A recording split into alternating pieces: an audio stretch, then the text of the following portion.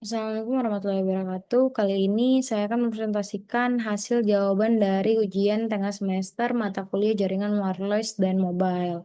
Di sini ada pertanyaan nomor pertama atau nomor satu, yaitu jelaskan cara kerja prinsip komunikasi wireless network. Jawabannya adalah prinsip kerja dari komunikasi wireless network sendiri, yaitu memiliki proses pengiriman dan penerimaan data tanpa kabel dengan memanfaatkan gelombang elektromagnetik. Umumnya seperti gelombang radio atau cahaya. Cara kerjanya itu dapat dijelaskan sebagai berikut. Yang pertama, ada sumber data atau transmitter sebagai perangkat pengirim, misalnya atau laptop, smartphone, yang menghasilkan data digital yang akan dikirim, maupun telepon sendiri. Yang bagian B ada encoding dan modulasi, yaitu data digital dikodekan lalu dimodulasi ke dalam gelombang pembawa carrier agar dapat ditransmisikan melalui udara. Selanjutnya ada pemancaran sinyal. Sinyal sendiri yang telah dimodulasi dipancarkan oleh antena pemancar dalam bentuk gelombang elektromagnetiknya sendiri. Yang keempat ada media transmisi atau udara. Gelombang elektromagnetik merambat melalui udara menuju perangkat tujuan, dipengaruhi oleh jarak, interferensi, dan hambatan fisik.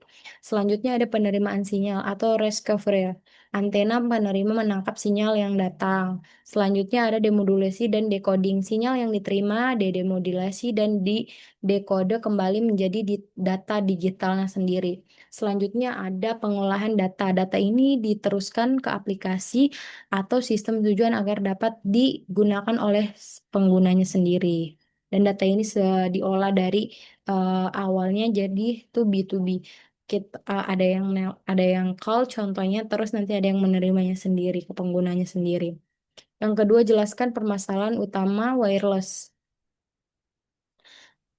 Permasalahan utama dari wireless sendiri di sini, eh, permasalahan utama dari dalam wireless network adalah sebagai berikut. Yang pertama ada interferensi sinyal. Sinyal wireless yang mudah terganggu oleh perangkat lainnya yang menggunakan frekuensi sama seperti WiFi, Bluetooth, microwave sehingga menurunkan kualitas komunikasi. Contohnya sama seperti kita menggunakan akses point. Akses point di perusahaan ketika dia kekurangan sinyal wirelessnya bisa jadi itu di frekuensinya terdapat di microwave atau Bluetooth lainnya yang terkoneksi. Jadi koneksi yang didapatkan di device kita, di device user sendiri itu tidak stabil. Selanjutnya ada redaman dan jangkauan terbatas. Kekuatan sinyal ini melemah seiring jarak dan terhalang oleh dinding, gedung, atau objek fisiknya sendiri.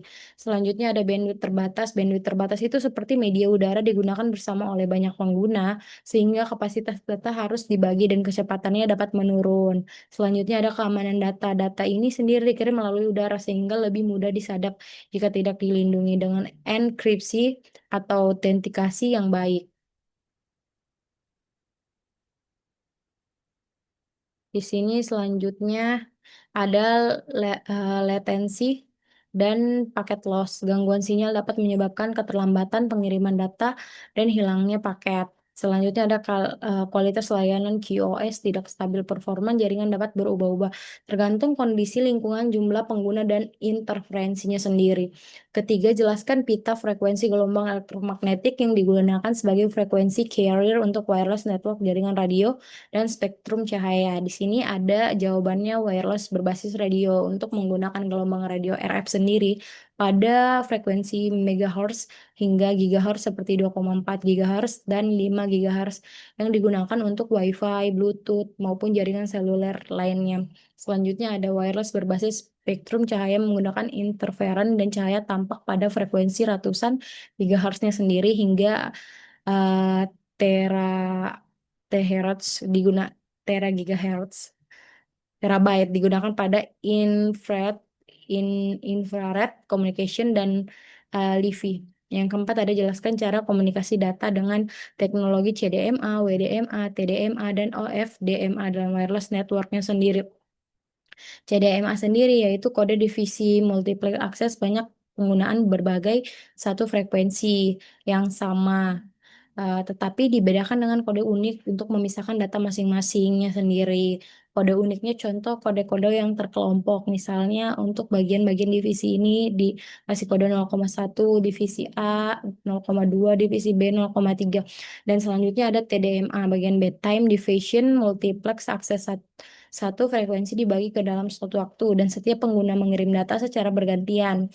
Yang selanjutnya ada WDMA, Wave-like Diffusion Multiplexing. Data dikirim melalui panjang gelombang warna cahaya yang berbeda secara bersamaan umumnya pada komunikasi berbasis cahaya fiber.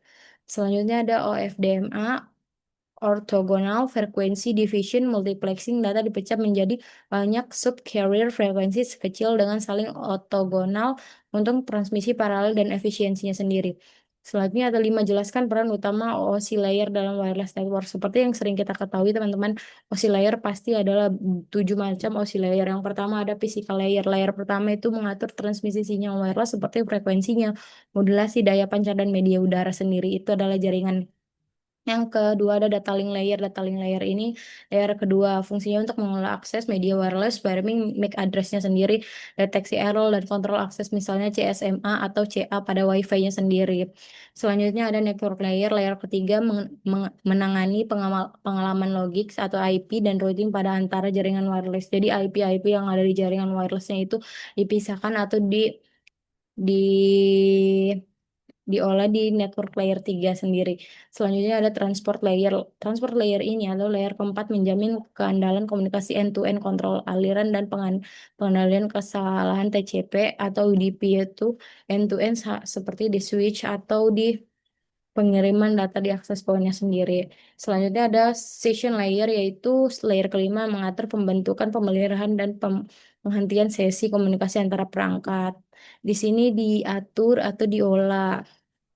Selanjutnya ada presentation layer. Layer keenam berfungsi format data, inskripsi, deskripsi, dan kompre- kompresi agar dapat dipahami sistem tujuannya. Selanjutnya ada yang terakhir, aplikasi layer ini menyediakan layanan jaringan untuk aplikasi penggunaan seperti HTTP, FTP, VoIP, dan email. Sekian dari saya, lebih dan kurangnya mohon dimaafkan. Wassalamualaikum warahmatullahi wabarakatuh. Selamat malam.